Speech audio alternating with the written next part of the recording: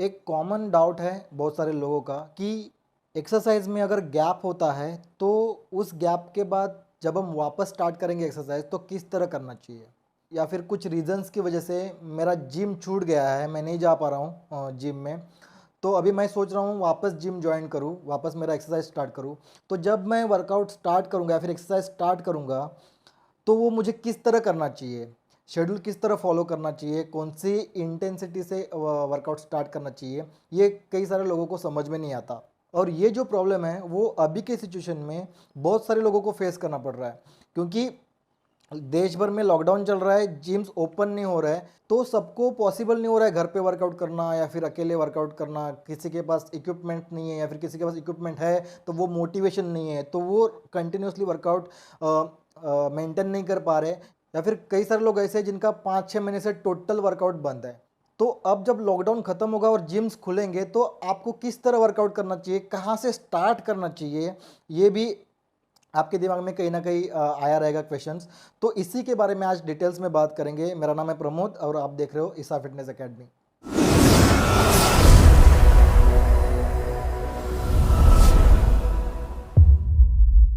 अब ये जो प्रॉब्लम है इसका सॉल्यूशन निकालना बहुत आसान है, बस आपको दो चीज़ें पता होनी चाहिए।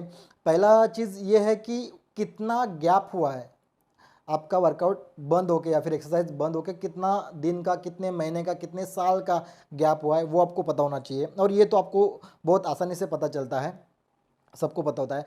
और दूसरा चीज़ ये है कि आपकी इंटेंसिटी क्या थी जब आपने वर्कआउट छोड़ा, या फिर जब आपका वर्कआउट छूट गया तो उस टाइम पे आप कौन से इंटेंसिटी पे वर्कआउट कर रहे थे, ये भी पता होना बहुत ज़रूरी है। अगर ये दो चीज़ें आपको पता चल जाती है, अगर आप पता करते हो खुद के बारे में, तो आप इसका सॉल्यूशन इजीली निकाल सकते हो और ये दोनों चीज़ें आपको आसानी से पता चल जाएगी। ओके, अब अगर गैप की बात करेंगे, ये जो गैप होता है ना जिम छूटने के बाद वापस जब हम स्टार्ट करने जा रहे हैं, उसके बीच में जो गैप हुआ है वो कितने भी दिन का हो सकता है, कितने भी महीनों का हो सकता है, या फिर कितने भी साल का हो सकता है। ओके, तो इसको मेरे हिसाब से मैंने 3 कैटेगरीज में डिवाइड किया है। पहला है स्मॉल गैप।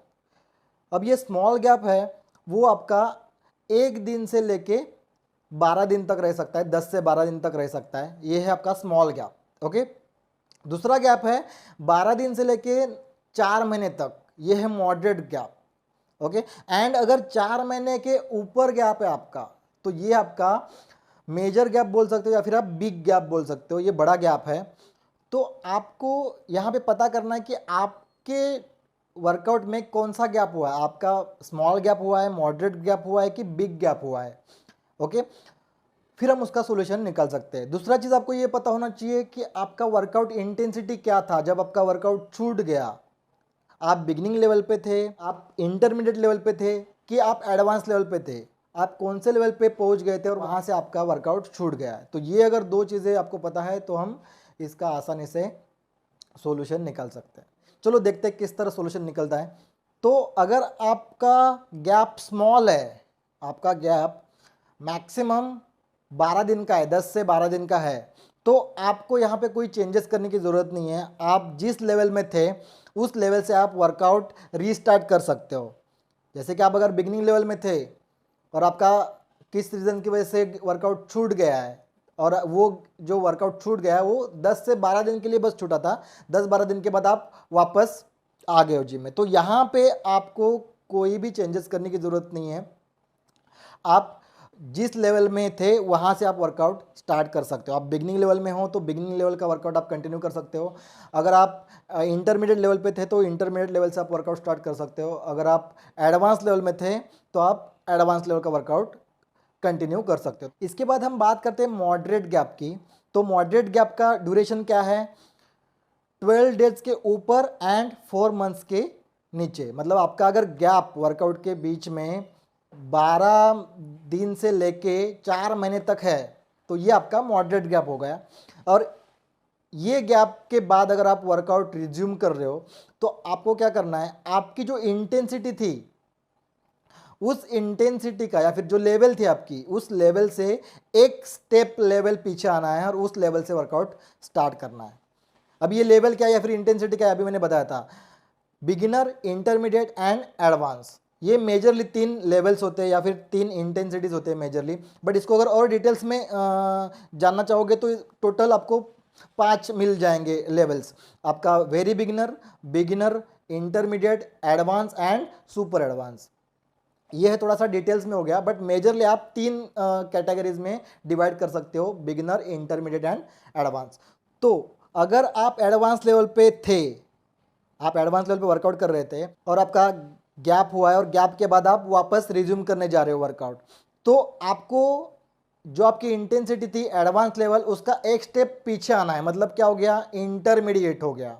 तो आपका जब गैप मॉडरेट होता है, 12 दिन से 4 महीने तक गैप होता है, तो आप अगर एडवांस लेवल पे हो तो आप रिज्यूम कर सकते हो गैप के बाद वर्कआउट इंटरमीडिएट लेवल से। और इंटरमीडिएट लेवल में क्या वर्कआउट होता है, अपर बॉडी एक दिन करना है, लोअर बॉडी एक दिन करना है और कार्डियो एक दिन करना है। और ऐसे आप 1 वीक तक कंटिन्यू कर सकते हो और 1 वीक के बाद आपका जो प्रीवियस इंटेंसिटी था एडवांस, उस पर आप वापस वर्कआउट स्टार्ट कर सकते हो। ओके, अगर आप इंटरमीडिएट लेवल पे थे और आपके वर्कआउट में मॉडरेट गैप हुआ है, तो वहाँ पे आप जब रिज्यूम करोगे, मॉडरेट गैप के बाद वर्कआउट वापस स्टार्ट करने जाओगे, तो आपको बिगिनिंग लेवल से वर्कआउट स्टार्ट करना है। तो बिगिनिंग लेवल में क्या वर्कआउट होता है, फुल बॉडी वर्कआउट, दूसरे दिन कार्डियो होता है, again third day full body workout, again fourth day cardio. इस तरह आप 1 वीक का शेड्यूल ये फॉलो कर सकते हो या फिर 1 से 10 दिन का शेड्यूल फॉलो कर सकते हो। एंड उसके बाद आप अगेन इंटरमीडिएट लेवल से वर्कआउट स्टार्ट कर सकते हो।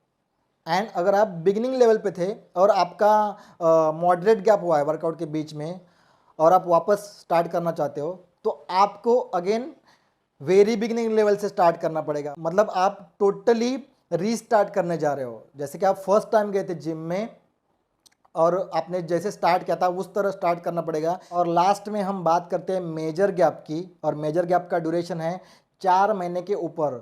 4 महीने के बाद कितना भी गैप हो सकता है, 6 महीना, 1 साल, 2 साल, 4 साल।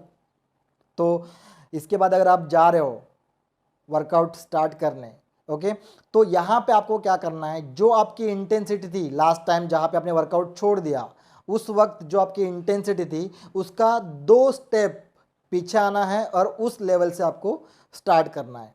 जैसे कि आप एडवांस लेवल पे थे और आपका वर्कआउट छूट गया और ये जो गैप है वो कम से कम 4 महीने का था और 4 महीने के बाद, 6 महीने के बाद आप जा रहे हो अगेन जिम में, तो वहाँ पे आपको 2 स्टेप पीछे आना पड़ेगा। मतलब एडवांस लेवल का 2 स्टेप पीछे क्या है, इंटरमीडिएट एंड बिगिनर। तो आपको बिगिनर का जो शेड्यूल है, फुल बॉडी शेड्यूल, ये full body cardio, full body cardio, ऐसा आपको 1 हफ्ते तक करना है या फिर कर सकते हो। और 1 हफ्ते के बाद आप अगेन इंटरमीडिएट लेवल पे जा सकते हो। इंटरमीडिएट का schedule, upper body, lower body and cardio, ये शेड्यूल आप अगेन 1 हफ्ते तक फॉलो कर सकते हो। और उसके बाद आप अपने एडवांस लेवल पे वर्कआउट स्टार्ट कर सकते हो अगर आपको कॉन्फिडेंस हो रहा है तो, या फिर आपका फॉर्म टेक्निक करेक्ट आ रहा है तो, आपका लिफ्टिंग कैपेसिटी इंप्रूव हो रहा है तो। ओके, ये पहला हो गया एडवांस का। अगर आप इंटरमीडिएट लेवल पे थे और आपका वर्कआउट छूट गया और ये एक जो गैप है वो 4 महीने के ऊपर का गैप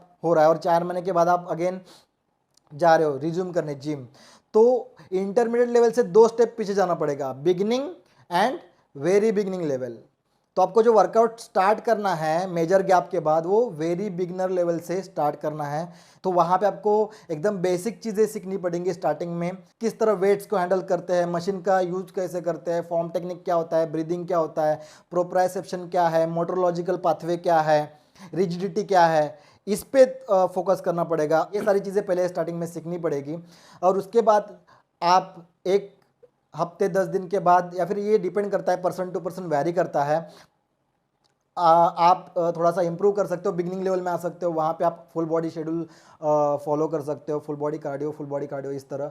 और जैसे जैसे आपकी इम्प्रूवमेंट हो जाएगी वैसे वैसे आपका लेवल भी इम्प्रूव होते जाएगा। ओके, एंड लास्ट में अगर आप बिगिनिंग लेवल में थे और आपका मेजर गैप हुआ है वर्कआउट में, 4 महीने के ऊपर गैप हुआ है, तो बिगिनिंग लेवल पे थे तो अगेन आपको यहाँ पे वेरी बिगिनर लेवल से ही स्टार्ट करना पड़ेगा। बेसिक चीज़ें सीखनी पड़ेगी, मोटरोलॉजिकल पाथवे, रिजिडिटी, प्रोप्राइसेप्शन, ये सारी चीज़ें सीखनी पड़ेगी।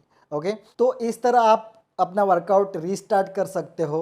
अगर इस तरह आप करते हो तो फ़ायदा क्या होगा, आपके बॉडी में जो सीवियर सोरनेस आता है वो नहीं आएगा, आप ग्रेजुअली इम्प्रूवमेंट करते जाओगे और चीज़ें फटाफट आपकी बॉडी ग्रास्प करते जाएगी, उनको अडेप्ट करते जाएगी आपकी बॉडी। अब यहाँ पे मैंने कुछ ऐसे वर्ड्स यूज़ किए जो हो सकता है आपको समझ में ना आए हो, मोटोलॉजिकल पाथवे या फिर रिजिडिटी, प्रोप्राइसेप्शन, ये वर्ड्स। तो ये वर्कआउट स्टार्ट करने आप जब जाओगे तो आप जिस भी जिम में वर्कआउट कर रहे हो वहाँ के सर्टिफाइड फिटनेस ट्रेनर जो रहेंगे उनकी हेल्प आप ले सकते हो, या फिर आप अगर पर्सनल ट्रेनर हायर किए हो तो आपको डेफिनेटली इसके बारे में गाइड करेगा। बट ध्यान देना कि वो जो ट्रेनर है वो सर्टिफाइड होना चाहिए किसी भी एकेडमी से, ताकि वो ट्रेनर आपको ये जो सारे आपके डाउट्स है वो इजीली क्लियर कर सके, आपको सही गाइडेंस दे सके। और जो trainer exercise and sports science academy से सर्टिफाइड हुआ है उसके अंडर आप गाइडेंस लेते हो या फिर उसका गाइडेंस लेते हो तो वो आपको डेफिनेटली ये सारी चीज़ें क्लियर करेगा, क्योंकि उसके सिलेबस में ये सब कुछ कवर किया जाता है। या फिर अगर ये वीडियो देखने के बाद भी कुछ कंसेप्ट क्लियर नहीं हो रहे आपके, तो डिस्क्रिप्शन में मैंने अपने एकेडमी का ईमेल एड्रेस दिया है, उस पर आप अपने क्वेरीज पूछ सकते हो, तो आपको ईमेल थ्रू भी आपके क्वेरीज का आंसर मिल जाएगा। सो आई होप ये वीडियो आपको समझ में आया होगा और आपके मेजर डाउट्स क्लियर हुए रहेंगे जो वर्कआउट शेड्यूल के बारे में थे, गैप के बाद किस तरह वर्कआउट स्टार्ट करना है इसके बारे में थे। आज के लिए इतना ही, थैंक यू।